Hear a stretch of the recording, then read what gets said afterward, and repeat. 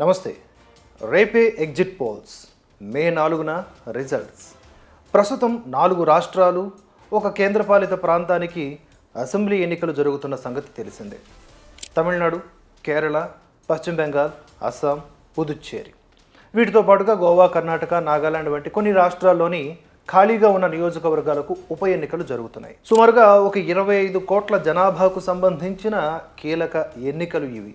ఈ సందర్భంగా ఆసక్తికర కాదు బాధ్యతాయుతమైన కొన్ని విషయాల్ని ఈ వీడియో ద్వారా తెలుసుకుందాం. మన భారతదేశానికి స్వాతంత్ర్యం వచ్చిన నాటి నుంచి ఇప్పటి వరకు రోజు రోజుకి బలహీనం అవుతున్నటువంటి విషయం ఏమిటో తెలుసా? బార్డర్స్, మన సరిహద్దులు. సరిహద్దు రాష్ట్రం ఏదైనా తీసుకోండి, అక్కడి పరిస్థితులు చాలా వరకు మనకు ప్రస్తుతానికైతే అవుట్ ఆఫ్ కంట్రోల్లోనే ఉన్నాయి. ఇది చాలా భయాన్ని కలిగిస్తున్న విషయం. మన గూటిలో మనముండి మనకేం కావట్లేదు అని అనుకోవడం మన అవగాహన రహిత్యం అవుతుంది. నిజం మాత్రం అక్కడ వేరే ఉంది. భారతదేశం మొత్తం కూడా 15,106 కిలోమీటర్ల భూ సరిహద్దును 7 దేశాలతో పంచుకుంటోంది. Myanmar, Bangladesh, China, Bhutan, Pakistan, Afghanistan and Nepal. అటు సముద్ర సరిహద్దులో శ్రీలంక. మన చుట్టూతో ఉన్న దేశాలలో శ్రీలంక, నేపాల్, ఆఫ్ఘనిస్తాన్, భూటాన్ అనేటివి పక్కన పెడితే పాకిస్తాన్, బర్మా, చైనా మాత్రం నిర్మోహమాటంగా మనకు శత్రు దేశాలే. బర్మా నుండి అక్రమ వలసలు కారణంగా ఆ దేశం కూడా మనకు ప్రమాదకర దేశమే. అరుణాచల్ ప్రదేశ్, అస్సాం, మేఘాలయ, నాగాలాండ్, మణిపూర్, మిజోరాం, త్రిపుర, ఈ 7 రాష్ట్రాలను 7 సిస్టర్స్ అంటారు. ఈ రాష్ట్రాలన్నీ కూడా అత్యంత సున్నితమైనవి భద్రత రీత్యా. ఎందుకంటే వీటన్నింటినీ భారత్తో కలిపేది సిలిగురి కారిడార్, చికెన్ నెక్ అని కూడా దీన్ని పిలుస్తారు. పిపీలిక బంగ్లాదేశ్ అప్పుడప్పుడు మేము చికెన్ నెక్ని స్వాధీనం చేసుకుంటామని బెదిరిస్తూ ఉంటుంది కదా. కొన్ని దశాబ్దాలుగా ఈ ప్రాంతంలోని వేర్పాటువాద శక్తులు, అలాగే కొన్ని సాయుధ సమూహాలు ప్రత్యేక దేశమని, స్వయం ప్రతిపత్తి అని డిమాండ్లు చేస్తున్నాయి, కుట్రలు చేస్తున్నాయి. ఇందులో మన శత్రు దేశాలు అక్రమంగా ఆయుధాలని, ఇతర ప్రోత్సాహకాలను అందించి పెంచి పోషిస్తున్న సంగతి కూడా మనం అందరం చూస్తున్నాం. నాగాలాండ్ విషయమే తీసుకోండి. ఎన్ఎస్సిఎన్, ఐఎం మరియు ఇతర వర్గాలు గ్రేటర్ నాగాలిం కోసం డిమాండ్ చేస్తున్నాయి. ప్రస్తుత ప్రభుత్వంతో శాంతి చర్చలు జరుగుతున్నప్పటికీ ఇది ఇంకా పూర్తిగా పరిష్కారం కాలేదు. మణిపూర్, ఇక్కడ మైతీలు, కుకీలు, నాగాలు, ఇలా వీరి మధ్య జాతిపరమైన ఘర్షణలు తరచుగా జరుగుతూ ఉంటాయి. వీటి మధ్య కూడా వేర్పాటువాద, ఉగ్రవాద గ్రూపులు ఉన్నాయి. యుఎన్ఎల్ఎఫ్ వంటి గ్రూపులు ఇక్కడ చాలా క్రియాశీలకంగా బలంగా ఉన్నాయి. ఇక అస్సాం విషయం తీసుకుంటే ఒకప్పుడు ఉల్ఫా అంటే United liberation front of Assam చాలా బలంగా ఉండేది. ఇప్పుడు చాలా వరకు కూడా తగ్గుముఖం పట్టింది. కొన్ని విచ్ఛిన్నకర శక్తులు ఇంకా పనిచేస్తూ ఉన్నాయి. ఈ రాష్ట్రాల్లో వందలాది తెగలున్నాయి. భూమి, వనరులు మరియు రాజకీయ ప్రాబల్యం కోసం ఈ తెగల మధ్య ఘర్షణలు తలెత్తుతూ ఉంటాయి. ఇక ప్రధానంగా బంగ్లాదేశ్ సరిహద్దు. త్రిపుర, మేఘాలయ, అసోం రాష్ట్రాల్లో బంగ్లాదేశ్ నుంచి అక్రమ వలసలు అనేది ఇక్కడ పెద్ద సమస్య. దీనివల్ల స్థానిక సంస్కృతి దెబ్బతింటుంది, ఓటు బ్యాంకు రాజకీయాలు మారుతున్నాయి. స్థానికుల్లో ఇదే అతిపెద్ద ఆందోళనగా మారింది. మయన్మార్లో సైనిక పాలన వల్ల అక్కడి నుంచి ప్రజలు శరణార్థులుగా మిజోరాం, మణిపూర్లకు రావడం వల్ల భద్రతాపరమైనటువంటి ఇబ్బందులు ఎప్పటికప్పుడు తలెత్తుతూనే ఉన్నాయి. మయన్మార్ సరిహద్దు గోల్డెన్ ట్రయాంగిల్కి దగ్గరగా ఉండటం వల్ల దీని నుంచి కూడా డ్రగ్స్, అక్రమ ఆయుధాలు భారత్లోకి రావడం యువతను మరియు భద్రతను దెబ్బతీస్తోంది. అరుణాచల్ ప్రదేశ్ను చైనా తన భూభాగంగా చెప్పుకుంటూ తరచుగా కయ్యానికి కాలుదూతున్న సంగతి మనం చూస్తున్నాం. ఈశాన్య రాష్ట్రాల్లోని వేర్పాటువాద గ్రూపులకు చైనా పరోక్షంగా ఆయుధాలు, ఆశ్రయం ఇస్తోంది. ఇది కూడా బహిరంగ వాస్తవం.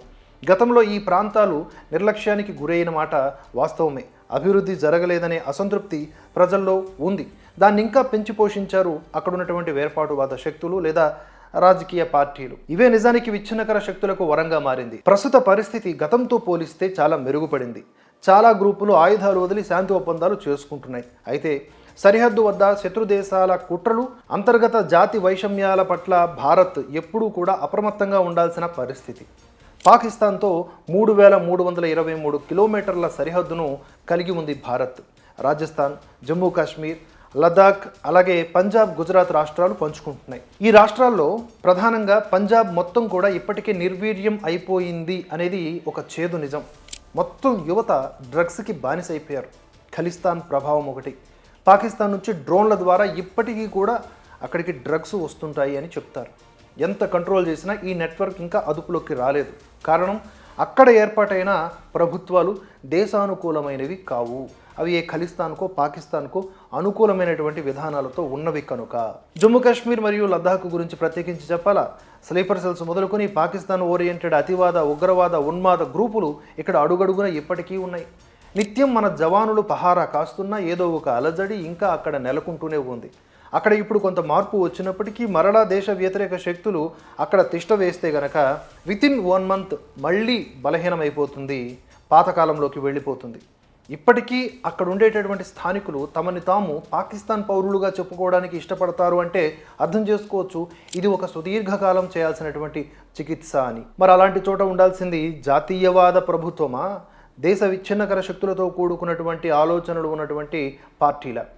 ఇక చైనాతో 3488 కిలోమీటర్ల సరిహద్దు మనది. లదాఖ్, అరుణాచల్ ప్రదేశ్, ఉత్తరాఖండ్, సిక్కిం, హిమాచల్ ప్రదేశ్ రాష్ట్రాలు ఈ పరిధిలో ఉంటాయి. ఇందులో ఒక రాష్ట్రమైనటువంటి అరుణాచల్ ప్రదేశ్ మొత్తం కూడా ఆల్మోస్ట్ మాదే అంటోంది ఈ చైనా. మొన్నటి వరకు మన భూభాగాన్ని ఆక్యుపై చేసుకుంటూ ముందుకు వచ్చినటువంటి చైనా ఇప్పుడు హోల్డ్లో ఉంది. ఈ దేశానితో మనకి ఎప్పుడూ కూడా డేంజరే. ఇక్కడ కూడా గమనించండి, సోనం వాంగ్చుక్ లాంటి వాళ్ళు అర్ధరహితమైనటువంటి నిరసనలతో ఈ ప్రాంతాన్ని అస్థిరం చేయాలని చూస్తున్నారు. ఇవన్నీ కూడా మేడ్ ఇన్ చైనా లాంటి ప్రొడక్ట్స్, చైనానుకూల ధోరణులు. అంటే ఇక్కడ మనం భద్రత పరంగా బలహీనంగా ఉన్నట్లే కదా. ఇక బంగ్లాదేశ్తో అయితే ఏకంగా 4097 కిలోమీటర్ల బోర్డర్ మనది. అన్నిటిలోకెల్లా ఇది దరిద్రం అని చెప్పుకోవచ్చు. మన పూర్వపు నేతలు ఎంత అర్ధరహితంగా అర్థం పర్థం లేని విభజనలు చేశారో మన దేశాన్ని తలుచుకుంటేనే ఆవేశం వస్తుంది. ఈ ఉన్మాద దేశానికి ఆనుకుని ఉన్న రాష్ట్రాలన్నీ మనకు భద్రతాపరంగా సవాలు విసురుతున్నవి. చూడండి, పశ్చిమ బెంగాల్, త్రిపుర, మేఘాలయ, మిజోరాం, అస్సాం. ఇప్పుడు మీకు పిక్చర్ చాలా క్లియర్గా ఉంది కదా. ఈ బోర్డర్ స్టేట్స్లో ఉండాల్సింది జాతీయవాద లేదా దేశానుకూల పార్టీలు. అలా కాకుండా సంతుష్టీకరణ రాజకీయాలు లేదా హింసావాద పోకడలతో కూడిన గ్రూపులు గుప్పిట్లో పెట్టుకుంటే నష్టం చాలా తీవ్రంగా ఉంటుంది. ఉదాహరణకు వెస్ట్ బెంగాల్. గత కొన్నేళ్లుగా కోట్లాది మంది అక్రమంగా మన దేశంలోకి చొరబడి మన సంపదను తినేస్తూ ఉన్నారు, అప్పనంగా తినేస్తూ ఉన్నారు. వారికి ఇప్పుడు ఓట్లు వచ్చేసాయి, రకరకాల అధికారిక కార్డులు వచ్చేసాయి.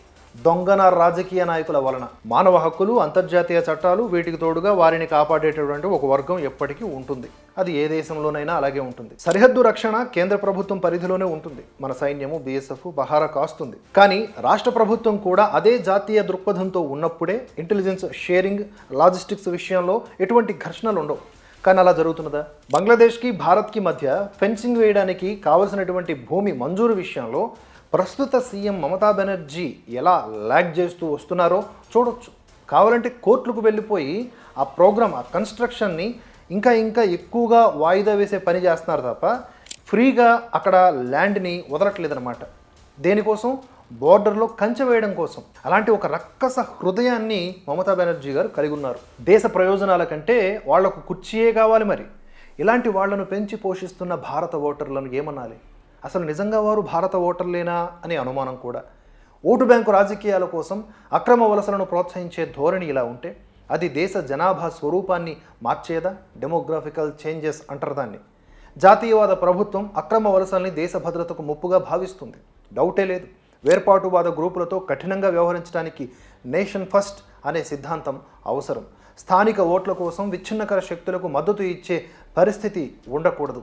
సరిహద్దుల్లో రోడ్లు, వంతెనలు నిర్మించేటప్పుడు పర్యావరణం లేదా ఇతర సాకులు చెప్పి అడ్డుకోకుండా వ్యూహాత్మక అవసరాలకు ప్రాధాన్యత ఇచ్చే ప్రభుత్వాలే ఉండాలి. దానికి ఉదాహరణనే ఇప్పుడు జమ్మూ కాశ్మీరు, లద్దాఖ్ ఇత్యాది ప్రాంతాల్లో ప్రస్తుత ప్రభుత్వానికి గ్రిప్ ఉంది కాబట్టి బోర్డర్ రోడ్ ఆర్గనైజేషన్స్తో కలిసి ఎన్ని రకాలైనటువంటి మౌలిక సదుపాయాలు కానీ లేదా ఇతరత్ర నిర్మాణాలు కానీ చేస్తున్నారో మనం చూస్తున్నాం. అవి ఒకటి భద్రతాపరంగా అండ్ మరొకటి అక్కడున్న ప్రజల్ని మన మొత్తం భారతావనితో కలపడం.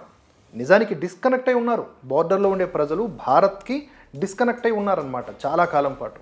ఇప్పుడు కలుస్తూ ఉన్నారు. కలవాలంటే ఏం చేయాలి? నిర్మాణాలు పెద్దవి తలపెట్టాలి. వాటిని కూడా పర్యావరణం పేరుతో సోనం వాంగ్చుక్ లాంటి వాళ్ళు వచ్చిపడిపోతారన్నమాట, అడ్డం పడిపోతారు. చైనా ఇన్వెస్ట్మెంట్స్తో కూడుకున్న నిరసనలు అవి. కాబట్టి వాటి ట్రాప్లో మనం పడరాదు. మేము భారతీయులం కాదు, మా ప్రాంతమే వేరు అనే భావనను ప్రజల్లో నూరిపోసే శక్తులు దేశ సమగ్రతకు ఎప్పుడైనా ముప్పే. ఇవి విదేశీ శక్తులకు, ముఖ్యంగా చైనా, పాకిస్తాన్లకు సులువుగా పావులుగా మారుతాయి.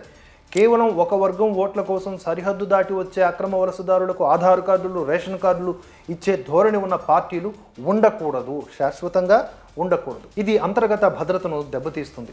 కొన్ని పార్టీలు లేదా స్వచ్ఛంద సంస్థలు విదేశీ నిధులతో నడుస్తూ సరిహద్దు ప్రాంతాల్లో అభివృద్ధి పనులను, ముఖ్యంగా మైనింగ్, డ్యామ్ ప్రాజెక్టులు ఇలాంటి వాటిని అడ్డుకోవడానికి ప్రయత్నిస్తూ ఉంటాయి. వేర్పాటువాదాన్ని ప్రోత్సహిస్తూ ఉగ్రవాదుల్ని, పాపం పేద యువత ఏదో దారి తప్పిపోయారు అని చెప్పేసి వెనకేసుకొచ్చే రాజకీయ పార్టీలు లేదా ఆయా నాయకులు అధికారంలో ఉంటే సైన్యం నైతికత దెబ్బతింటుందా లేదా, ఆత్మస్థైర్యం దెబ్బతింటుందా లేదా? సరిహద్దు రాష్ట్రాల్లో ఏ పార్టీ అధికారంలో ఉన్నా రాష్ట్ర ప్రయోజనాల కంటే దేశ ప్రయోజనాలే మిన్నా అనే ఏకాభిప్రాయం రాజకీయ పక్షాల మధ్య ఉండాలి.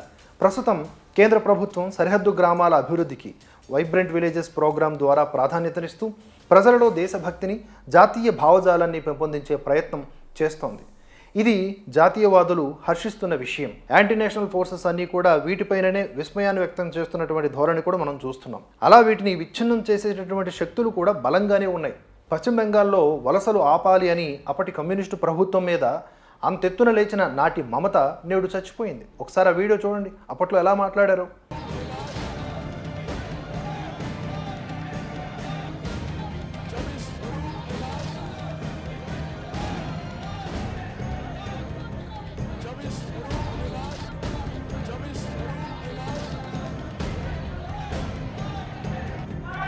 श्री संतोष मोहन देव,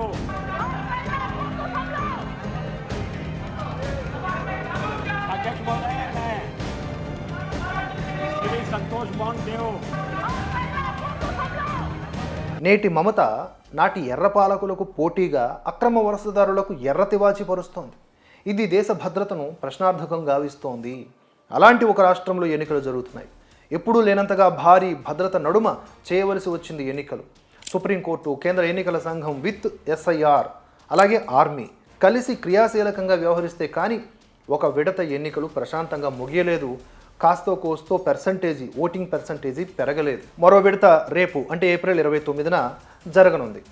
ఒక్కసారి ఈ మమత పాలన ఎలా ఉండింది అనేది మనం రౌండప్ చేసుకోవాలి, గుర్తు చేసుకోవాలి, ఎప్పటికీ గుర్తు పెట్టుకోవాలి. పశ్చిమ బెంగాల్లో రాజకీయ హింస అనేది ఒక వ్యవస్థీకృత దినచర్య లాంటి నేరవలయంగా మారిపోయిందా లేదా? ముఖ్యంగా 2021 అసెంబ్లీ ఎన్నికల ఫలితాల తరువాత జరిగిన మారణహోమం భారత ప్రజాస్వామ్య చరిత్రలో ఒక చీకటి అధ్యాయం. ఫలితాలు వెలువడిన వెంటనే తృణమూల్ కాంగ్రెస్ శ్రేణులు విపక్ష ఓటర్లను లక్ష్యంగా చేసుకుని దాడులకు తెగబడ్డాయి. సుమారుగా 25 మందికి పైగా రాజకీయ కార్యకర్తలు హత్యకు గురయ్యారు. వేలాది మంది ఇళ్లు తగలబెట్టబడ్డాయి. ప్రాణభయంతో వేలాది మంది ప్రజలు పొరుగు రాష్ట్రమైన అస్సాంకు వలస వెళ్లడం అక్కడ నెలకొన్న భయానక వాతావరణానికి అద్దం పడుతోంది.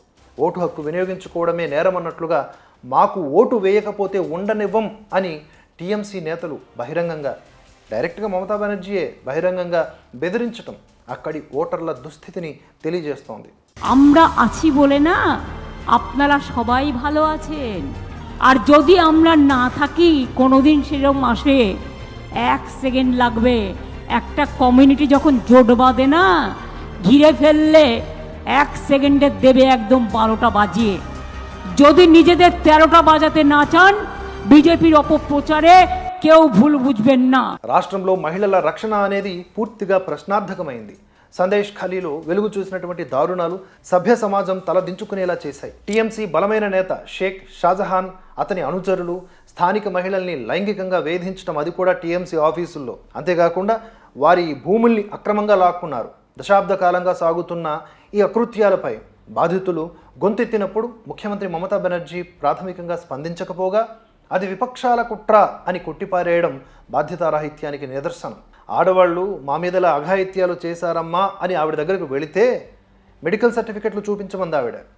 అదేవిధంగా బీర్భూమ్ జిల్లాలోని బోగ్టుయ్ గ్రామంలో పసిపిల్లలు, మహిళలతో సహా 10 మందిని ఇళ్లకు తాళాలు వేసి మరీ సజీవ దహనం చేసినటువంటి ఘటన అక్కడ శాంతి భద్రతలు ఎంతటి నీచానికి దిగజారాయో చాటి చెబుతోంది.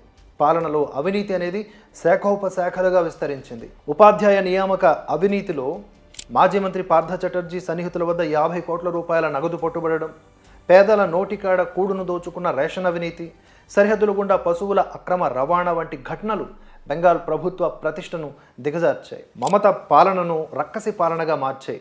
ఇటువంటి సరిహద్దు రాష్ట్రంలో అరాచక శక్తులు రాజ్యమేలడం, రోహింగ్యాల చొరబాట్లను ఓటు బ్యాంకు కోసం ప్రోత్సహించడం వంటి చర్యలు దేశ భద్రతకు తీవ్ర ముప్పుగా పరిణమించాయి. రిగ్గింగులు, బూత్ క్యాప్చరింగులు ద్వారా ప్రజా తీర్పును అపహాస్యం చేసే ఇటువంటి శక్తుల నుంచి రాష్ట్రాన్ని విముక్తం చేసి జాతీయవాద భావజాలం కలిగిన పటిష్టమైన పాలన రావాల్సిన అవసరం ఎంతైనా ఉంది అనేది చాలామంది అభిప్రాయం. జస్ట్ కొద్దిసేపటి ముందు వార్త చూడండి.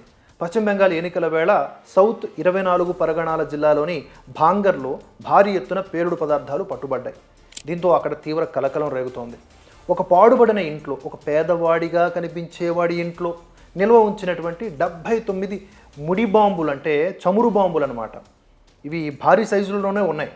వాటిని అలాగే 3 కిలోల గన్ పౌడర్ని పోలీసులు స్వాధీనం చేసుకున్నారు. దీని వెనుక ఉన్నటువంటి భారీ కుట్రను ఛేదించేందుకు జాతీయ దర్యాప్తు సంస్థ రంగంలోకి దిగింది. ఓటర్లను భయభ్రాంతులకు గురి చేయడానికి, పోలింగ్ ప్రక్రియను అడ్డుకోవడానికి ఈ బాంబులను సిద్ధం చేసినట్లుగా అనుమానిస్తున్నారు.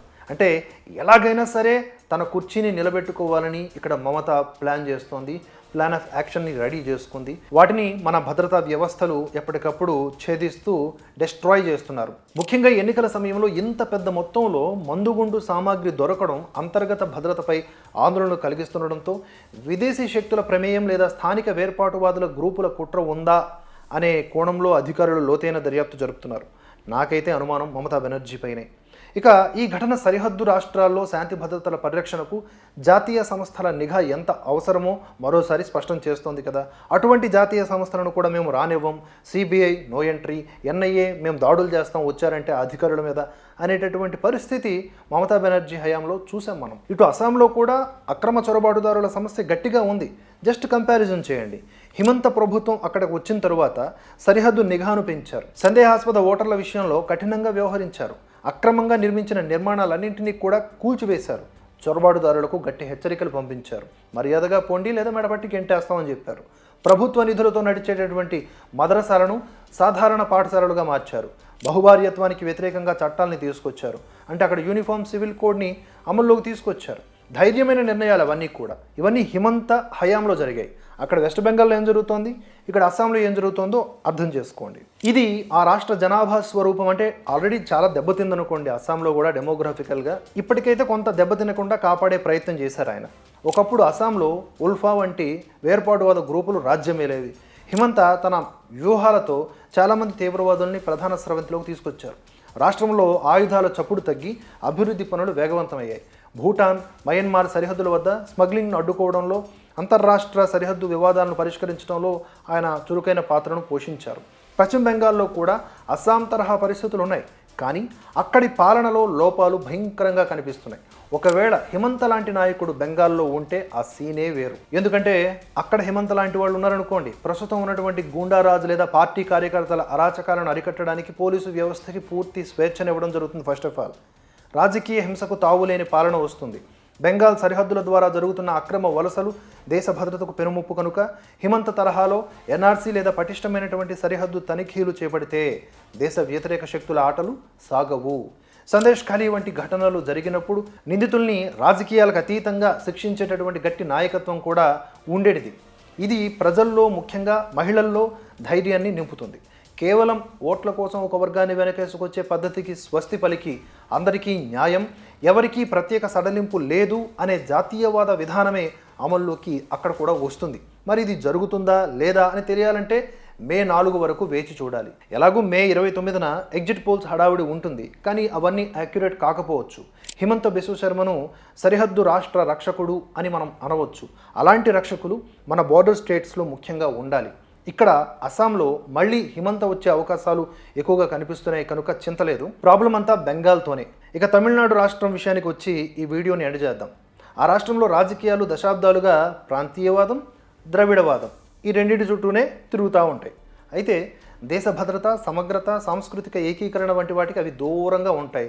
తమదొక ప్రత్యేక దేశం అనేలాంటి భావజాలాన్ని నిరంతరం నూరిపోసి విజయవంతమయ్యారు నిజానికి చెప్పాలంటే. అంతేకాదు భాషాపరమైన గోడలు కూడా కట్టి విదేశీ ఇంగ్లీష్నైనా హక్కును చేర్చుకుంటామేమో కానీ స్వదేశీ హిందీ మాత్రం నక్కో అంటారు వీళ్ళంతా కూడా. హిందీని మాపై రొద్దొద్దు అంటూ జనాల్ని చెడగొట్టేశారు చాలా వరకు. ఇక్కడి ప్రాంతీయ పార్టీలు తమ ఓటు బ్యాంకు రాజకీయాల కోసం కొన్నిసార్లు తీవ్రవాద భావజాలం ఉన్న శక్తుల పట్ల కూడా మెతక వైఖరిని అవలంబించాయి అనే విమర్శలున్నాయి.